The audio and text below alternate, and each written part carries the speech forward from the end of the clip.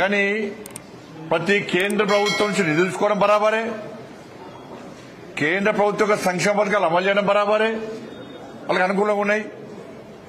కానీ పేరు మాత్రం సంక్షేమ పథకం పేరునే మార్చేస్తున్నారు. కేంద్ర ప్రభుత్వం ఒక ఆలోచనతోని, ఒక చిత్తశుద్దితోని ఒక్కొక్క సంక్షేమ పథకానికి ఈ విధంగా పేరు పెట్టాలని చెప్పి ఇవాళ కేబినెట్ నిర్ణయం తీసుకున్నది. ఆ నిర్ణయాన్నే ఇవాళ తెలంగాణ రాష్ట్ర ప్రభుత్వం తుంగలో దొక్కుతుంది. వాళ్ళు మేము ఎక్కడ సంక్షేమ పథకాలు ఆపం. సంక్షేమ పథకాలు ఆపే ఆలోచన భారతీయ జనతా పార్టీకి లేదు, భారత సర్కార్కి లేనే లేదు.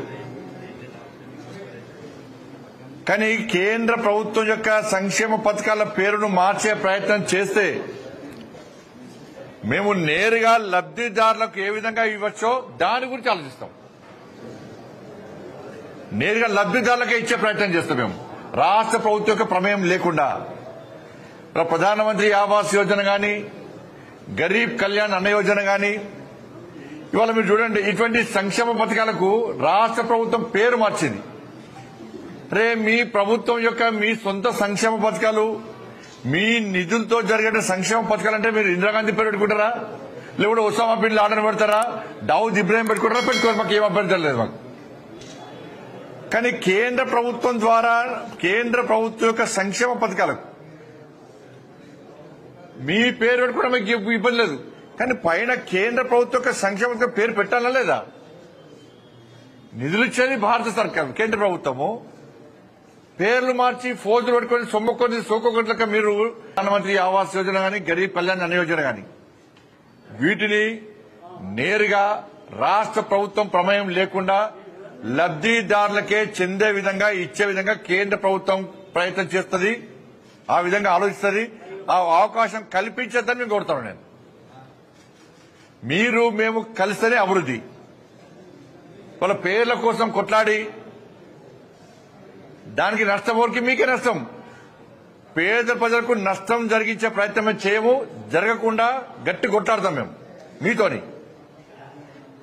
కానీ పేరు కోసం, ప్రఖ్యాతుల కోసం మీరు ప్రయత్నం చేస్తున్నారు. దీనివల్ల మీ వల్ల కాంగ్రెస్ పార్టీ యొక్క ఈ కుటిల యత్నాల వల్ల, కుటిల ఆలోచనల వల్ల తెలంగాణ రాష్ట్ర ప్రజలకు, పేదలకు అన్యాయం జరిగే ప్రమాదం ఏర్పడ్డది.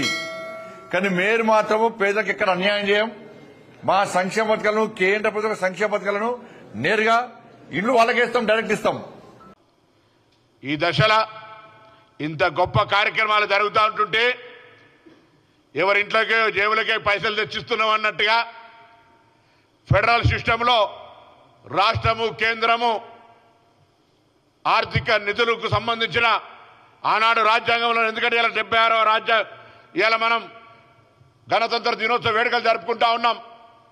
ఈ వేడుకలు జరుపుకునే సందర్భంగా ఫెడరల్ సిస్టంలో కొన్ని రాష్ట్రానికి సంబంధించిన కార్యక్రమాలు, కొన్ని కేంద్రానికి సంబంధించిన కార్యక్రమాలు, కొన్ని ఇద్దరు కలిసి జరిపే కార్యక్రమాలు ఉమ్మడి జాబితాలో ఉండే విధంగా మనం రాజ్యాంగాన్ని ఏర్పరచుకున్నాం.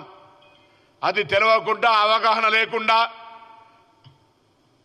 ఇందిరమ్మ పేరుంటే ఇళ్లకు డబ్బులు ఇవ్వమంటా ఉన్నారు కొంతమంది, ఏదో సొంత జేబుల్లోకే ఇచ్చినట్టుగా. అన్ని దగ్గర పెట్టుకొని మాట్లాడండి. ఇప్పటికే తెలంగాణ బీజేపీ తెలంగాణ ప్రజలకు మోసం చేసింది.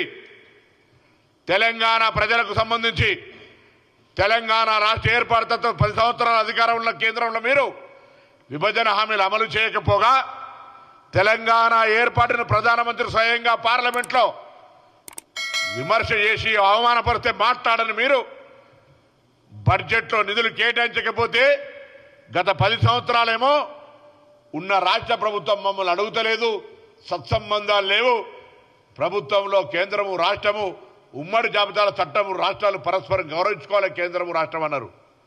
కానీ ఇవాళ తెలంగాణ ప్రభుత్వం ప్రజల పాలన ప్రభుత్వం, ప్రధానమంత్రి గారితో సహా అనేక మంత్రుల్ని ఈ రాష్ట్ర ప్రయోజనాల కొరకు కలుస్తూనే ఇక్కడి నుంచి ప్రాతినిధ్యం చేస్తున్న వాళ్ళందరినీ కూడా తెలంగాణ ప్రయోజనాల కొరకు సహకరించమని గొంతెత్తి అడిగితే కూడా బడ్జెట్లో నిధులు కేటాయించలేదు.